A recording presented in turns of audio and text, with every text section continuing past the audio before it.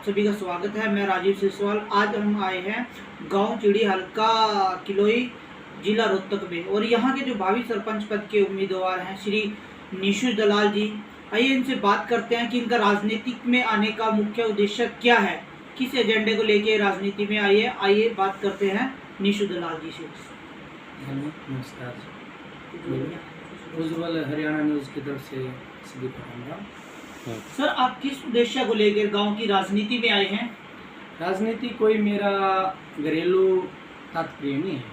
मेरा गांव में सेवा भाव से मतलब राजनीति में आना, सरपंच पद के उम्मीदवार में जो मैं इलेक्शन लड़ना चाहता हूं, उस तरफ मेरा ये है कि मैं गांव की सेवा के लिए ये कार्य कर रहा हूं। ये राजनीति कोई मेरा घरेलू मामला नहीं है जी। तो सर, आप जैसा कि आपके गांव में जो मेन मुख्य समस्या क्या क्या है? हमारे गांव में सबसे पहले तो पानी की निकासी की जो समस्या है वो सबसे अहम समस्या है हमारे गांव में, क्योंकि जो बारिश का पानी जो गांव के चारों तरफ इकट्ठा हो जाता है, कहीं निकल नहीं पाता, तो काफ़ी ज़मीन खराब हो जाती है, जिससे ज़मींदार को काफ़ी नुकसान होता है। वो समस्या हमारे गांव की सबसे बड़ी समस्या है, पानी की निकासी की। और उसके अलावा ये भी कि भाई बच्चे जो युवा हैं वो नशे की तरफ ज़्यादा बढ़ रहे हैं। तो जैसा कि सर पानी की समस्या आपने बताई है गांव में, और पीने लायक पानी की समस्या कैसी है? पीने लायक भी समस्या हमारे गांव में काफ़ी है, क्योंकि जो पानी हमारे तालाबों में इकट्ठा होता है ना नहर से आके, वो उनके सफाई नहीं हो पाती टाइम से, और वो पानी भी कम इकट्ठा होता है, जिससे गांव में कई दिन तो पानी के लिए भी मतलब बाहर से ट्यूबवेल से पानी लाना पड़ता है लोगों को। जी सर, जो आपके गांव में वार्ड, वोट और जनसंख्या कितनी है सर? हमारे गांव में जनसंख्या होगी कम से कम 17-18 हज़ार के करीब, और वोट हैं ये 9-10 हज़ार के करीब हमारी। और जैसे हमारी पोल होंगी कम से कम, हमारी सरपंच पद के उम्मीदवार में हमारी वोट कम से कम 6-7 हज़ार के करीब पोल हो जाएंगे। 6 से ऊपर ही होंगी, मतलब 6 तो हैं ही। सर, अगर आपको आपके गांव की जनता आशीर्वाद देती है तो आपके मेन मुख्य काम क्या क्या होंगे जो आप गांव में करवाएंगे?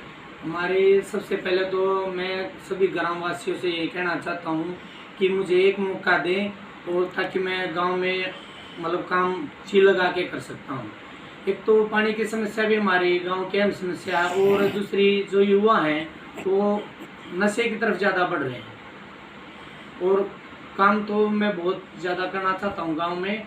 सारी जो समस्याएं हैं सबकी, बड़े बुजुर्गों की और जो गरीब आदमियों की भी, जो भी समस्या मैं सबका निवारण करना चाहता हूँ, अगर गाँव राम मुझे मौका दे तो। सर, आपके गांव में आप स्वास्थ्य और सफाई अभियान के तहत किस प्रकार से कार्य करोगे? स्वास्थ्य ये लगा लो, पहले तो जैसे सफाई की है, जैसे यहाँ पे 2 ही सफाई कर्मचारी हैं। कम से कम हमारे गांव में 6 कर्मचारी तो ये होना चाहिए पंचायत की तरफ से, जब जाके सफाई पूरी तरह से हो सकती है। और रही बात स्वास्थ्य की, जैसे युवा अगर नशे को छोड़कर ना खेल कूद की तरफ ज़्यादा ध्यान दें, उनके लिए स्टेडियम बनवाए जहाँ, और उनको मतलब अच्छी प्राथमिकता दे के, या फिर उनको अच्छे कोच की व्यवस्था दे के उनको इतना बिजी शेड्यूल कर दिया जाए कि वो नशे की तरफ तो रह नहीं सकते। हम उनकी बेरोजगारी तो दूर नहीं कर सकते, लेकिन उनको एक अच्छा मतलब ट्रैक बना के दे सकते हैं, ताकि वो खेल कूद में आगे बढ़कर हमारे गांव का नाम रोशन करें और अपने परिवार का भी नाम रोशन हो। देखिए सर की बहुत ही एक अच्छी सोच है निशु दलाल जी की। तो सर, जैसे कि कई बार आपके गांव में आपसे झगड़ा हो जाता है, तो उसका निपटारा सर आप किस तरीके से करोगे गांव में?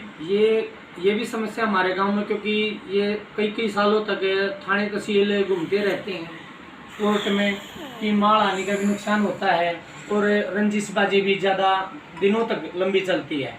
अगर झगड़ा हो जाए, अगर उनको जो हमारे गांव में मौजूद आदमी बोले जाए, उनको बुला के आराम से समझा बुझा के एक पंचायत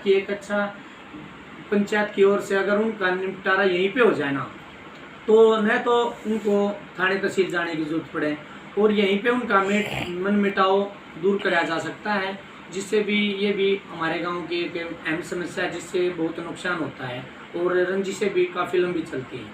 ये भी काफ़ी अहम समस्या हमारे गाँव के लिए। सर आपके गांव में मनरेगा के तहत कार्य होता है? हाँ बिल्कुल होता है, मनरेगा के तहत सारा काम ही मनरेगा के तहत होता है, बहुत ही। सर आपके जैसे कि स्कूल है गांव में, हम्म। कितनी कक्षा तक का है? कक्षा एक तो 1 से 5वीं तक है, और लड़कियों का अलग है 10वीं तक है, और लड़कों का भी अलग है 12वीं तक। कॉलेज वगैरह नहीं, लड़कियों का भी 12वीं तक और लड़कों का अलग से? हाँ अलग से। सर आप बेटी बचाओ बेटी पढ़ाओ मुहिम के तहत किस तरीके से अपने गांव में कार्य करोगे, और महिलाओं को के प्रति आपकी क्या सोच है?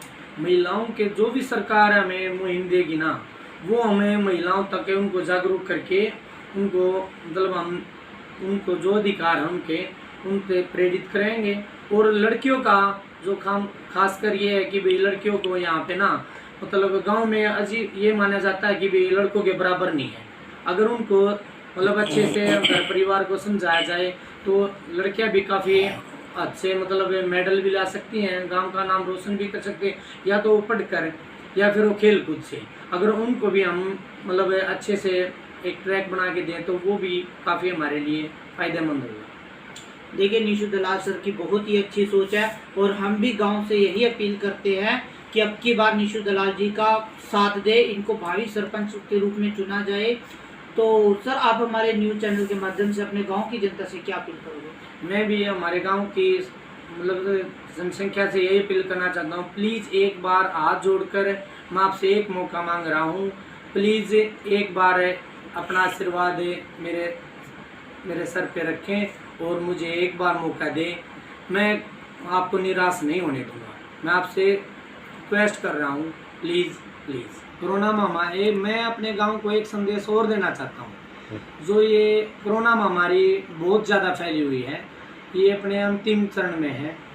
मैं तो ये कहना चाहता हूँ गाँव राम से कि भाई घरों पे रहें, सेफ रहें, और बहुत ही ज़रूरी काम के लिए बाहर निकलें, क्योंकि बाज़ार भी बंद है, और भी उचित दूरी बनाए रखें, और अपने घर परिवार में अपने बच्चों का भी ध्यान रखें और अपने आप का भी, क्योंकि मतलब जीवन ही सबसे बड़ा मूल आधार है। बस आज की खास मुलाकात में हमारे साथ थे श्री निशु दलाल जी। तो बने रहिए एक नए चेहरे के साथ, फिर मिलते हैं आपको उज्जवल हरियाणा के साथ। जय हिंद।